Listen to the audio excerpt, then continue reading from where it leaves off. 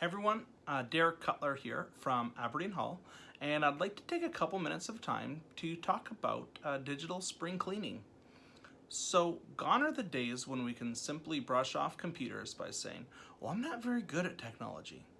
You know, our work and our personal lives are so ingrained in this that we need to learn how to do this safely. So for the month of April, I'm going to post a video and write up a short blurb in the Courier to help us do this. Today the focus is on a topic that comes across my desk almost every time a student computer has an issue, and that is the lack of updating of computers. So for whatever reason, myself included, we typically always hit that maybe tomorrow option, or I think on a PC they call it a snooze button.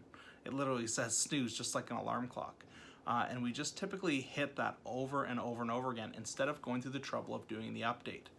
Well, the problem with that is that those updates aren't just about enhanced features for the operating system, but they're also about very important security patches. So it's really crucial we don't miss them. So join me this weekend in gathering up all the devices in your house and running a update right before bed. Let them run overnight, and that way it doesn't take too long, and just get everything back up to date. Very important. The next thing is a anti-malware software. So for our PC users, the good news is there's a virus and threat protection built right into Windows security, and it works really well.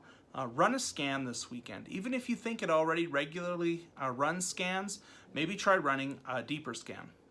Mac users, you may have heard that Macs do not get viruses, and although technically that's true that they don't get a virus in the same way that a PC does, there is malware, okay, and it's equally as problematic as a virus. So Mac users, we need some type of software installed on that device in order to make sure it's running safely and smoothly. The one I like that I use the most is called Malwarebytes. I use the free version. You can buy other premium and paid versions of Malwarebytes and other software out there. Just read the reviews. Make sure it's legit before downloading it. Try it out this weekend. Download it on your Mac and see what you see. On a Chromebook, we also see this a lot in our firewall, that Chromebooks do have a lot of malware on them. Again, it's not the same kind of malware we're seeing on a PC or on a Mac, but oftentimes it's related to browser extensions. So if you go into the settings section of a Chromebook, there is a big blue button that says safety check.